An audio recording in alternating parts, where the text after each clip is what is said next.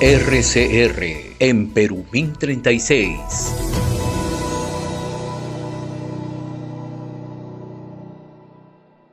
Le agradecemos la amabilidad que siempre tiene con RCR, Red de Comunicación Regional, al doctor Luis Miguel Castilla, el director de Evidencia Consultores, en su momento ha sido ministro de Economía y Finanzas. Gracias, muy amable. Gracias, José, por la invitación.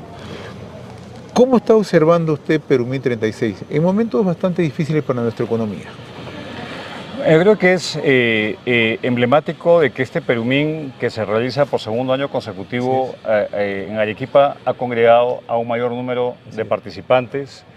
Hemos tenido muchos expositores en un momento en el cual el país atraviesa un momento difícil. Pero sí es que hay algo importante, y de hecho acabo de escuchar la ponencia del presidente del Banco Central, es que la minería tiene un rol central en nuestra perspectiva económica. De hecho, si este año no hubiésemos tenido el proyecto Quellaveco y Moquegua, probablemente en lugar de tener un crecimiento exiguo de 0,5 o 0,8%, estaríamos en una franca recesión. Entonces, creo que veo mucho potencial, creo que la transición energética y eso va a futuro potencialmente duplicar la demanda internacional de cobre, es una oportunidad. Celebro que se hayan hecho anuncios respecto a la importancia que tiene la simplificación administrativa para hacer una reingeniería de los procesos en materia de trámites. Hay muchos proyectos, pero acá creo que el gran desafío es pasar del anuncio a la acción real. Y todavía eso, creo que hay un nivel de escepticismo respecto a la efectividad de lo que se ha planteado. El potencial está intacto e incluso mayor, pero se requiere mayor voluntad política porque creo que los privados están ávidos de invertir en nuestro país. Usted ha trazado una línea precisamente que es el punto neurálgico en este momento en nuestro país. Tenemos un conjunto de proyectos, tenemos una plataforma de proyectos que superan los 53.000 millones de dólares, ¿no? Pero suele duro decirlo, están estancados, no tienen la posibilidad ya de salir o de operar, ¿no? Entonces nos está faltando, más allá del tema de la tramitología o el tema de seguir justamente los procedimientos, la decisión política muchas veces, ¿no? Así es, porque creo que en ninguna parte del mundo hacer minería está exenta de problemas. Así es. Siempre los va a haber, pero creo que la capacidad de lograr mitigar las externalidades negativas y potenciar y visibilizar los beneficios de la minería es un desafío que todos los países mineros se enfrentan y se ha logrado incluso en nuestro propio país. Estando acá en Arequipa, uno ve, por ejemplo, el impacto que Cerro Verde ha tenido en esta región y en muchas otras regiones lo mismo.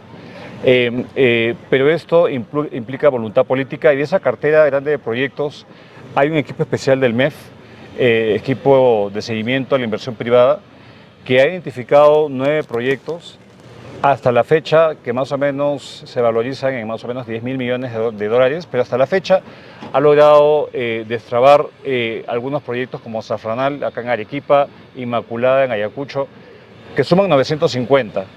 Y eso sería el destrabe de este año.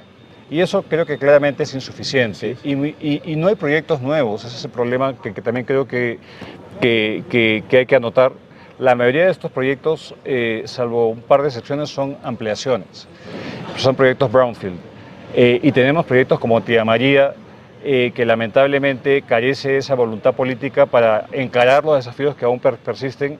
Y eso creo que es lo que se le reclama al gobierno, comprarse un pleito mucho más proactivo. Y para hacer tortillas hay que romper huevos, como dice el dicho, ¿no? Y en este y en anteriores gobiernos, precisamente este es uno de las grandes falencias, ¿no? ¿Por qué no hay la capacidad del gobierno, del propio Estado, de acompañar estos proyectos que son necesarios para el país? O sea, hay la capacidad, y por eso, pero es una capacidad de cierta forma limitada, en tanto esos proyectos no generen problemas políticos para el gobierno. El cálculo político pesa más. Es el que prima. Y creo que lo que de cierta forma empañó el inicio del Perumín fue los entredichos entre el ministro de Energía y Minas y el Premier. Pero más allá de eso, Creo que, digamos, esto igual va a continuar, probablemente se va a invertir en el reservorio de agua que se requiere en la zona de influencia. Creo que lo importante es que haya una voluntad política real, porque yo he escuchado al premier Otárola en Canadá promocionando la minería, ahora lo he escuchado en el Perumín, pero nuevamente creo que lo importante es que no nos quedemos simplemente en, por ejemplo, la aprobación de una ventanilla única digital, porque el papel lo aguanta todo, sino que efectivamente haya un proceso donde se internalice a todo nivel en el gobierno la importancia que tiene la minería. Y un tema que no es menor es que lamentablemente la corrupción nos sigue acompañando, ¿no? Yo he conversado con algunos empresarios mineros y para ciertos trámites, por ejemplo, la obtención de permisos de explosivos que está al mando de una entidad pública, SUCAMEC, Así es. exigen sobornos, Sí. así de abierto, y es algo que no es imputable siquiera al gobierno anterior, sino en este mismo gobierno. Entonces yo creo que más allá de lo que anuncien las cabezas, se tiene que hacer una limpieza, debe continuar la limpieza en la administración pública hacia personal mucho más idóneo y se tiene que comprar el pleito, porque si uno contabiliza inversiones en el sector minero, tienen un impacto muchísimo mayor que todo el compunche junto. Entonces yo creo que hay que ser mucho más consciente de la oportunidad que tenemos y que no debemos perder. Ahora, doctor Castilla, ustedes de Evidenza están haciendo un trabajo bastante interesante, ¿no? Para justamente potenciar el desarrollo de capacidades que tanto se requieren en los gobiernos subnacionales, ¿no? Porque muchas veces se reclama, no hay obras, no se ejecutan los proyectos, pero no tenemos las capacidades suficientes como para poder desarrollarlas. Mire, el tema de capacidades es un tema notorio. Yo le comento, José, Servir hace unos años hizo una evaluación de las capacidades de los responsables de las oficinas de inversión pública a nivel nacional. Y les hizo un examen de conocimientos de aptitud del propio sistema de inversión pública, del INVIERTP. Y solamente 10% pasaron la prueba de aptitudes y 90% salieron desaprobados. Entonces hay un problema muy serio de capacidades que muchas veces se conjuga con también el hecho de que la misma exigencia a una ciudad, a una región rica, se le exige a un centro poblado, a una municipalidad pequeña. Entonces el tema de acompañamiento y de formación es absolutamente necesario. Desde Evidenza, nosotros tenemos Evidenza Escuela de Gestores y estamos trabajando a nivel descentralizado. Ya llevamos este año creo que más de 1.500 egresados de nuestros programas de gestión pública. Estamos también yendo a las universidades en regiones. Ayer clausuramos nuestro programa de capacitación a docentes en la UNSA, acá en Arequipa. Y lo que estamos haciendo también es propiciar información que informe a la ciudadanía respecto a la calidad de la gestión. Muchas veces resumimos toda la complejidad de la gestión pública en la ejecución del presupuesto. Y eso puede ser incluso una cosa contable. Yo recuerdo hace unos años quien se ganaba todos los premios del mejor ejecutor era el señor Álvarez cuando era gobernador en Ancash, ¿no? En Ancash y vimos lo que pasó. Entonces creo que hay muchos mecanismos de seguimiento y también Evidenza está comprometida en informar a la población para que exija resultados y que no se deje engañar por las autoridades de turno. Usted ha puesto un tema central en la mesa, ¿no?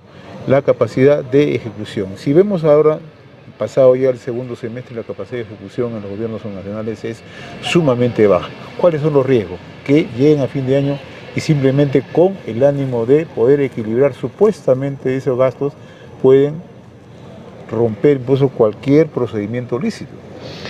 Mire, lo que tenemos es que este año es un año bastante excepcional porque cada año que hay cambio de autoridades municipales y regionales, la ejecución se desploma. Esto es porque hay una curva de aprendizaje que es normal, pero también lo que tenemos es que cuando acaba una gestión municipal o regional, hay muy pocos proyectos maduros con expedientes técnicos listos para hacer la licitación y continuar la inversión. Entonces hay un bajón que tropieza, digamos, es una piedra que tropieza el camino de estas autoridades. El Ministerio de Economía ha hecho un seguimiento y creo que ha logrado desplegar su programa con punches gerentes y ha desplegado 200 técnicos a nivel nacional.